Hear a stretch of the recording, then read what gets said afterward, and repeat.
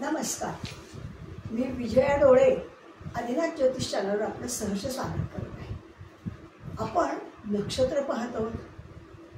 आता आपण 22, 23 आणि 24 हे 3 नक्षत्र आजच्या ह्या भागात बघणार आहोत.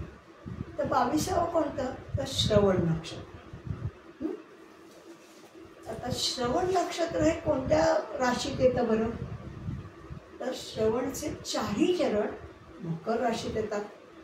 अधिपत्याखाली आले बरं तर शनीच्या. आणि श्रवण नक्षत्र हे चंद्राच्या अधिपत्याखाली आहे.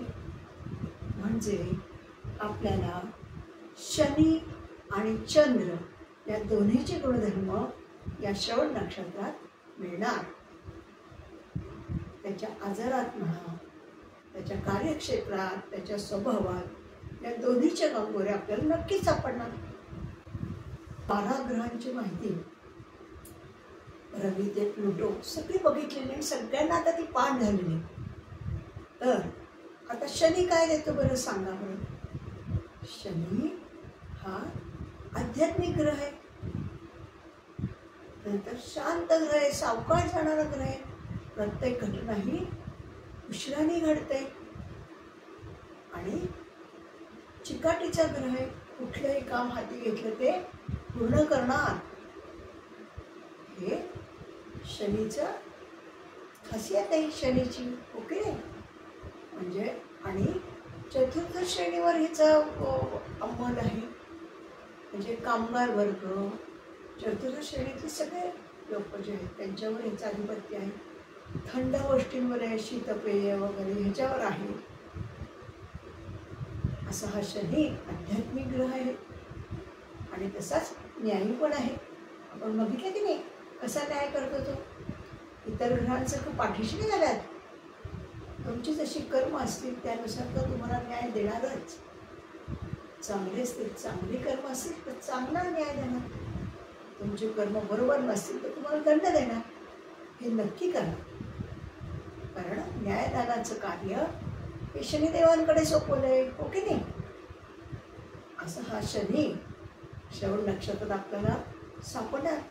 कारण श्रवणाचे 4ही चरण मकर राशीत आहे आणि मकर राशी शनीच्या राशीत आहे. ओके नाही? शनी मकर राशी आणि श्रवण काय आहे? श्रवण हे नक्षत्र चंद्राच्या अधिपत्याखाली आहे. आता चंद्राची पण माहिती आपल्याला माहिती आहे. चंद्र म्हणजे काय? चंद्र स्त्री ग्रह आहे, चंचल आहे, त्याचा मनावर पगडा आहे, नंतर मातेवर पगडा आहे, द्रव पदार्थावर पगडा आहे. की नाही? आता आपल्याला या श्रवण नक्षत्रात शनी आणि चंद्र कुठे कुठे सापडतात हे आपल्याला बघायचं आहे. आता चंद्राचं पण आपण सगळं बघितलं की चंद्राचंही माहिती आहे आपल्याला. द्रवपदार्थ म्हणजे दूध म्हणा, पाणी म्हणा, पेट्रोल म्हणा, सगळे द्रवपदार्थ त्याच्या अंडर येतात. आणि मन अभ्यास आपण चंद्रावर करतो म्हणून मन सुद्धा महत्वाचं आहे त्याच्यात. ह्या दोन्हीची कंगोरी आपल्याला श्रवण नक्षत्रात सापडणार शनी आणि चंद्राचं. तर आता आपण असं करूया, काही आपल्याला त्याची जी माहिती आहे आजार म्हणा, श्रवण नक्षत्रात होणारे, त्याच्यानंतर स्वभाव, कार्य क्षेत्र हे सगळं आपल्याला शनी आणि चंद्र कसं कसं आहे दाखवून देतात त्याचे गुणधर्म ते आपण बघूया. मी आता दाखवणार. आता आपण श्रवण ह्या 22व्या नक्षत्राची इतर माहिती बघतोय. 1 ते 4 चरण मकर आहेत. हे नक्षत्र मकर ह्या शनीच्या राशीत व चंद्राच्या नक्षत्रात म्हणून शनी व चंद्राचे फलादेश देईल. शरीराचे अवयव: त्वचा, गुडघे, गुडघ्याखालील भाग, पोटऱ्या, पायाच्या शिरा व शरीरातील रंगहीन द्रव्ये. आता स्वभाव: बुद्धिमान, कर्तव्यनिष्ठ, दीर्घोद्योगी, मेहनती, दूरदर्शी, मुत्सद्दी, व्यवहारी, उदार, मननशील, संयमी, सत्यनिष्ठ, इमानदार, नीतवेग. नंतर पुराणमतवादी, धार्मिक, निराशावादी, स्वार्थी, कंजूस, चंचल, हट्टी व धीमा. बघितलं दोघांचे कसे मिळाले ते. पुराणमतवादी, निराशावादी, कंजूस हे सगळे शनीचे आले. आणि चंचलपणा हे कुणाचं आलं? चंद्राचं आलं. नंतर मननशील हे चंद्राचं आलं. असं दोन्ही. नंतर दीर्घोद्योगी, मेहनती, दूरदर्शी, उत्सद्दी, व्यवहारी हे सगळं शनीचं आलं. आणि शनी आणि चंद्र ह्याच्यात उतरले पूर्णतः. आता कार्यक्षेत्र बघूयात. औद्योगिक क्षेत्रात काम करणारा, पोस्ट, टेलिग्राम व आरोग्य विभाग, नर्स, वकील, सेल्स टॅक्स, इंजिनियर, नंतर हिशोबनीस, मजूर वर्ग, कारखानदार, प्लंबर, पाणबुडी व पाण्याशी संबंधित, कोळी. शनी थंड म्हणून शीतपेय, आईस्क्रीम, AC, रेफ्रिजरेटर, खाण व खनिज उत्पादक, खंदक, बोगदा, पेट्रोलजन्य पदार्थ, तेल, कोळसा, धान्य, तेल, मसाला यांचे व्यापारी. आता बघितलं का ह्याच्यात बऱ्यापैकी काय सापडलं आपल्याला? शनीचं सापडलं. थंड पेय हे सगळं शनीचं, खनिजे, खंदक हे सगळं शनीचं आहे. तेल शनी आहे, मसाला शनी आलं, पेट्रोलजन्य पदार्थ मात्र हे आलं, चंद्र आला. नंतर इथे बघा वर पोस्टग्राम, आरोग्य विभाग, नर्स हे सगळं चंद्र आला. मजूर वर्ग हा शनी आला. म्हणजे शनी आणि चंद्र कार्यरत झाले. आजार बघतो. रोग दाहक नाहीत पण रेंगाळणारे. साथीजन्य रोग. नंतर पित्त व वात विकार, सर्दी, थंडी, ताप, दमा, क्षय, फुफ्फुसाचा दाह, त्वचा रोग, गळू, संधिवात, सांधे व गुडघे दुखणे व हत्ती रोग हे सगळे रोग श्रवण नक्षत्रातले आले. बघितलं का? रेंगाळणारे म्हणजे शनीमुळे. शनी एखादा आजार वाढवतो, जास्त मुदतीचा देतो, हो की नाही? नंतर वात विकार, सर्दी, थंडी, ताप, दमा, क्षय हे सगळं शनीचं आलं. आता हे म्हणता आलं कसं आहे बरं? शुभ कार्याला योग्य पण विवाहाला अयोग्य. बारसे, मौंजी, राज्याभिषेक, औषधी वनस्पती लावणे यांना चांगले. बी पेरणे, नांगरणे, विद्यारंभ, कळस चढवणे, मजला चढवणे तसेच वैदिक, धार्मिक व शांतिकर्म या शुभ आहे. ही विवाह सोडून याला बाकी शुभ आहे असं आपल्याला म्हणावं. आता आपण श्रवण नक्षत्राची बरीच माहिती पाहिली. आणखीन एक तक्ता आहे, तो मी आपले 3 नक्षत्र झाले की शेवटला. आता आपण पुढचं नक्षत्र बघूया.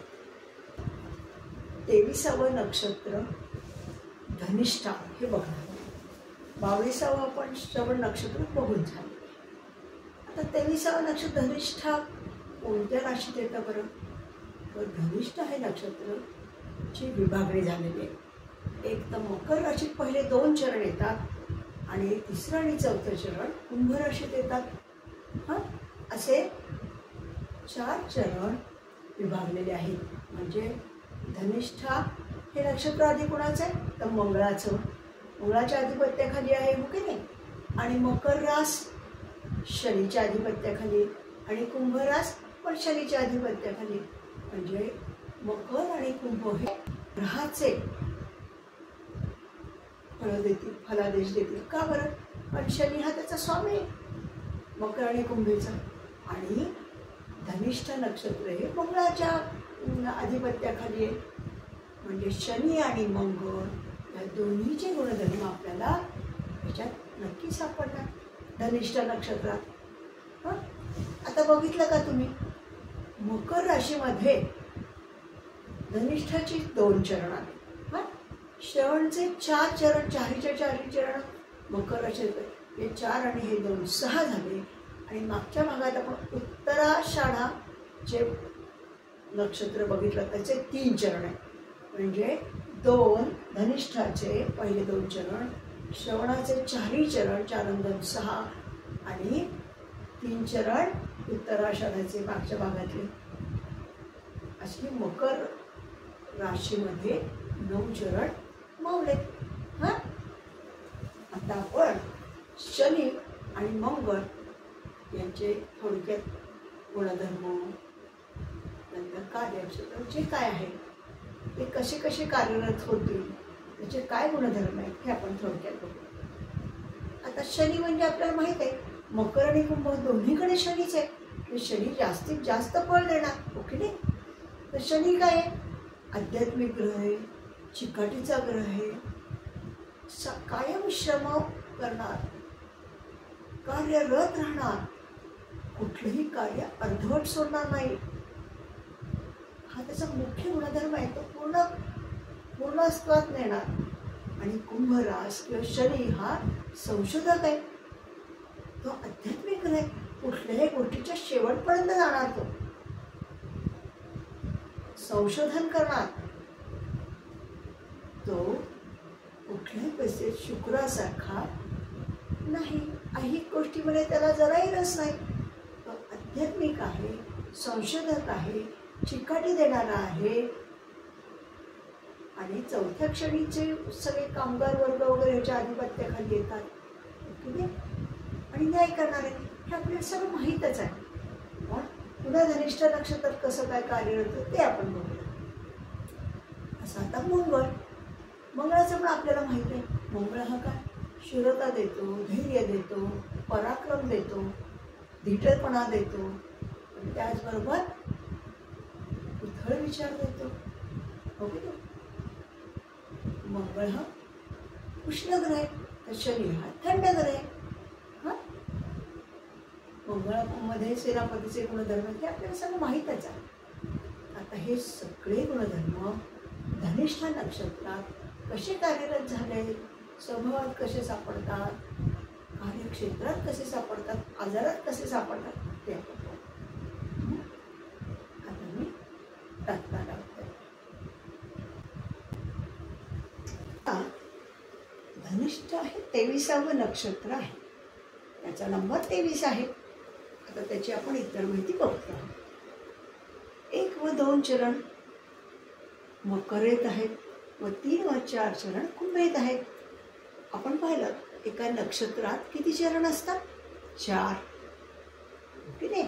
मग पहिले 2 चरण मकरेत गेले आणि 3 आणि 4 हे दुसरे शेवटचे 2 चरण कुंभेत गेलेत. हे नक्षत्र मंगळाच्या अधिपत्याखाली व शनीच्या दोन्ही राशीत आहे. मंगळ आणि मकर आणि कुंभ ही रास कोणाची? शनीची.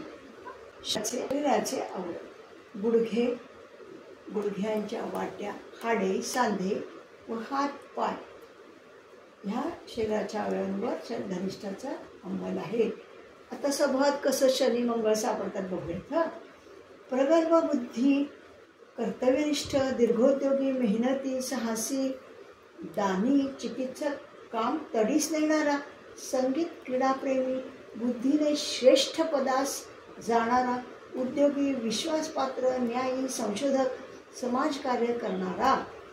इथले बहुतेक सगळे गुणधर्म शनीचे आलेत बघा, हो की नाही. हे सगळं आले. प्रगल्भ, बुद्धिमत्ता, कर्तव्यनिष्ठ, दीर्घोद्योगी सगळं शनीचे बघा. आता कार्यक्षेत्र कष्टकरी वर्ग, औद्योगिक क्षेत्रात काम करणारा, जनकल्याण, पोलीस, मिलिटरी, जेल, अस्थि व त्वचा रोगतज्ञ, माती, लोखंड, जस्त कार्यक्षेत्रात ह्या संबंधित काही कार्यरत असतील. गुप्तहेर खाते, नरवसन, हवामानशास्त्र, वेधशाळा, अंत्यविधीचे सामान विक्रेता, नंतर कत्तलखाना व स्मशानातील कर्मचारी, घाऊक व्यापारी, दारू, भट्टी, ज्यूट, तेल, तंबाखू, कोळसा, लोखंड, लोकर, धातूची भांडीचे व्यापार, धातूच्या भांड्यांचे व्यापार, शेती, बागायतकाम, चहा, कॉफी उत्पादन, हे सगळं कुणाचं ना, बऱ्यापैकी सगळं शनीचं झालं बघा. फक्त काय पोलीस, मिलिटरी, गुप्तहेर हे सगळं मंगळाचं आलं बघ. कष्टकरी वर्ग, औद्योगिक क्षेत्र, लोखंड, जस्त संबंधित जे व्यवसाय आहेत ते, अंत्यविधीचे सामान विक्रेता, कत्तलखाना, स्मशान कर्मचारी, हे सगळं काही शनीच्याच आधिपत्याखाली येतं. ओके का? आता आजार. रोग प्रतिकार शक्ती बरी, 10 रोग असतात. संधिवात, सांधे व गुडघे दुखणे, रक्तविकार, नंतर हृदयात रक्त गोठणे व ते बंद पडणे, उच्च रक्तदाब, त्वचा विकार, नंतर ताप, सर्दी, पडसे, डांग्या खोकला, अस्थिभंग, अपंगत्व, हे आजार झाले. याच्यातसुद्धा सगळा शनीचाच जास्त हे दिसते बघा, गुणधर्म दिसतात सगळे शनीचे. आता कार्याला कसं काय आहे? शुभ कार्याला चांगले, देवालये, घरे, गणपते बांधण्यास चांगले, राज्याभिषेक, विद्यारंभ, दत्तक घेणे यांना चांगले, बी पेरणे व गंधर्व विवाहास चांगले. बघितलं का कसं आहे ते? आता ह्याचा पण एक तक्ता आहे, आपण नंतर लावूया शेवटला. आपण 22 आणि 23 नक्षत्र बघितलं. आता आपण 24 शततारका हे नक्षत्र बघणार. शततारकाचे 4ही चरण कुंभ राशीत येतात. कुंभ या शनीच्या राशीत येतात. त्याचा स्वामी शनी आहे. आणि शततारका हे नक्षत्र कुणाच्या आधिपत्याखाली आहे? तर राहूच्या आधिपत्याखाली आहे. म्हणजे शततारका या नक्षत्रात आपल्याला राहू आणि शनी याचे गुणधर्म सापडणार. जास्तीत जास्त शनीचे सापडतील. पण 4ही चरण कुंभ राशीत आहे, म्हणजे शनीच्या राशीत आहे. तर आपण म्हणजे बघितलं आहे शनी काय आहे? आध्यात्मिक ग्रह आहे. ओके, चिकाटीचा ग्रह आहे. शेवटपर्यंत कार्य करतो. आणि कुंभ रास ही शिक्षणासाठी अतिउच्च रास आहे. कुठल्याही क्षेत्रात कुंभ रास ही पुढे आहे. शिक्षण हे तिचं ध्येय आहे. संशोधन, शिक्षण, कुठल्याही ब्रँचला जा शिक्षणाच्या, या कुंभ राशीची लोक पुढेच असतात. कारण शनीचं आधिपत्य कष्टाळू, शेळपाण चिकाटीने काम करणार, संशोधन करणार, प्रबंध लिहिणार, आध्यात्मिक न्याय देणारे असा हा शनी, हा आपल्याला शततारका या नक्षत्रात जास्तीत जास्त सापडणार. आणि राहू आपल्याला माहीतच आहे. राहू हा काय? छायाग्रह आहे. राहू केतू हे दोन्ही छायाग्रह आहेत, हे आपल्याला माहीत आहे. पण तरी सुद्धा राहू हा गूढतेकडे जातो. गूढविद्या, गूढता. राहू हा पितरांचा कारक आहे. वेगवेगळ्या प्रकारच्या बाधा याच्याकडे राहू जातो. ओके नाही? मग आता आपल्याला या शततारका नक्षत्रात कसे कसे दोन्ही सापडतात बरं? शनी आणि राहू त्याच्या कार्यक्षेत्रात, त्याच्या स्वभावात, त्याच्या आजारात. पण राहूपेक्षा शनीचं प्राबल्य जास्त असणार आहे. कारण शनी शततारका नक्षत्र 4ही चरण कुंभ राशीत आहे. म्हणजे शनीचा प्रभाव खूप आहे. ओके, तर आपण आता बघूया की शनी आणि राहू कसे काय कार्यरत झाले बरं. आपण मी इतर याचा तक्ता लावते आणि आपण तो बघू. आपण आता 24 नक्षत्र शततारका याची इतर माहिती बघतो. 1 ते 4 चरण कुंभ आहेत. म्हणजे 4च्या 4ही चरण कुंभ या राशीत आहे. हे नक्षत्र शनीच्या राशीत व राहूच्या नक्षत्रात आहे. म्हणून शनी व राहू त्यांचे सर्व गुणधर्म आपल्याला सापडणार. आता शरीराचे अवयव, गुडघे, पायाच्या घोट्यातील भाग, पोटरीचे स्नायू याच्यावर याचं आधिपत्य आहे. आता स्वभाव, अप्रतिम बुद्धी, ज्ञान पिपासू, आकलन शक्ती चांगली, प्रबंध लिहिणारे, वैज्ञानिक व तांत्रिक कामाची आवड, विविध शास्त्रात पारंगत, कर्तृत्ववान, स्वतंत्र विचाराचा, मेहनती, विश्वासू, शांत, विवेकी, निर्भीड, सदाचारी, सेवावृत्ती, शिस्तबद्ध, ध्येयवादी, तसेच हट्टी, आतल्या गाठीचा, सर्वच क्षेत्रात उच्च शिक्षण दर्शवणारे नक्षत्र. हे सगळं कसं आलं? हे सगळं शनी आलं बघ, सगळीकडे शनी आहे. आता कार्यक्षेत्र, सरकारी खात्यात उच्च अधिकारी, खाजगी व औद्योगिक क्षेत्रात डायरेक्टर, मोठे कारखानदार, शास्त्रज्ञ, भूगर्भशास्त्रज्ञ, विजेची उपकरणे, पुराण्या वस्तूंचे व्यापारी, सीए, कायदे पंडित, संख्या व अर्थशास्त्र, डॉक्टर, सर्जन, खगोलशास्त्रज्ञ, चांबडे, घाऊक व्यापारी, ज्योतिषी, गूढविद्या अवगत, फोटोग्राफी व शेतकरी. आता कार्यक्षेत्रात बघितलं का? बहुतेक ठिकाणी आपल्याला शनीच दिसलाय, पण तरी विजेची उपकरणे, वीज, नंतर ज्योतिष, गूढविद्या, फोटोग्राफी ह्यावर राहूचा अंमल आहे ह्या गोष्टींवर. तर बाकी सगळं शास्त्रज्ञ, भूगर्भशास्त्रज्ञ, संख्याशास्त्र, अर्थशास्त्र, नंतर हे शास्त्रज्ञ, चांबडे, खाऊक व्यापारी, हे सगळं शनीच्या अधिपत्याखाली आहे.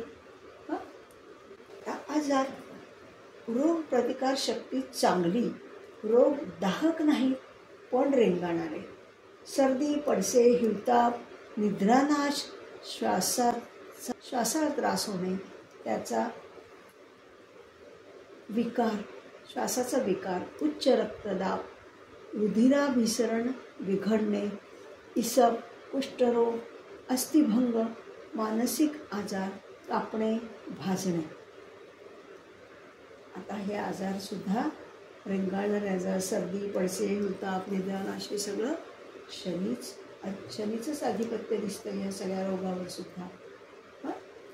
आता मुहूर्ताला कसं आहे बरं? हे कल्याणकारक नक्षत्र, कला, धन, अधिकार योग देणारे, नाक, कान टोचणे, मुंज, गंधर्व विवाह यास अनुकूल घरे, देवळे बांधणे, राज्याभिषेक, जमीन नांगरणे, वृक्षारोपण, नृत्यारंभ याला चांगले. आपण ह्या शततारका ह्या 24व्या नक्षत्राची ही सगळी माहिती पाहिली. आपण तिन्ही नक्षत्र, श्रवण, धनिष्ठा आणि शततारका या तिन्हीचा जो एक तक्ता आहे ना, तो मी लावते आता. आता आपण तिन्ही नक्षत्रांचा जो एक चार्ट आहे तो आपण बघतो. तर 22वं नक्षत्र श्रवण आपण पाहिलं. नक्षत्र स्वामी श्रवणचा चंद्र, महादशा वर्षे 10. महादशा वर्ष विश्वोत्तरीमध्ये काय बघतात? नक्षत्रावरनं महादशा ठरतात, म्हणून चंद्राची महादशा वर्ष 10, म्हणून महादशा वर्ष 10. रास मकर राशीमध्ये 4 चरण आलेत श्रवण नक्षत्राचे. ओके नाही? आता राशीत व्याप्ती काय आहे? तर 10° कला ते 23° कला ही राशीतली व्याप्ती. कुठलं रास आहे? मकर राशीत ही व्याप्ती आहे. मकर राशीमध्ये कुठे नक्षत्र सापडे? हे श्रवण नक्षत्र, तर ह्या अंशावर सापडे. आता राशीचक्रात व्याप्ती काय आहे? म्हणजे मेष ते मीन याच्यात आहे 280° शून्य कला ते 293° 20 कला. ही राशीचक्रातली व्याप्ती झाली. आणि हे मी चिन्ह जे काढली आहे ते आपल्याला दिसत नाही ना, जरा पुसट दिसतात, पुन्हा थोडं मोठं काढून लावण्याचा प्रयत्न करतो. हे श्रवण म्हणजे असं बाणासारखं आहे बघा चित्र. आता 23वं नक्षत्र धनिष्ठा. धनिष्ठाचं नक्षत्र स्वामी कोण? मंगळ. महादशा वर्ष 7, मंगळाचे 7 म्हणून महादशा वर्ष 7.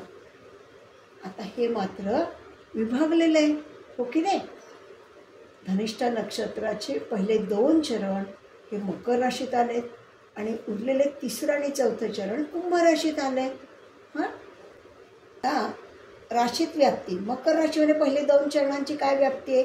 23° 20 कला ते 30° 0 कला.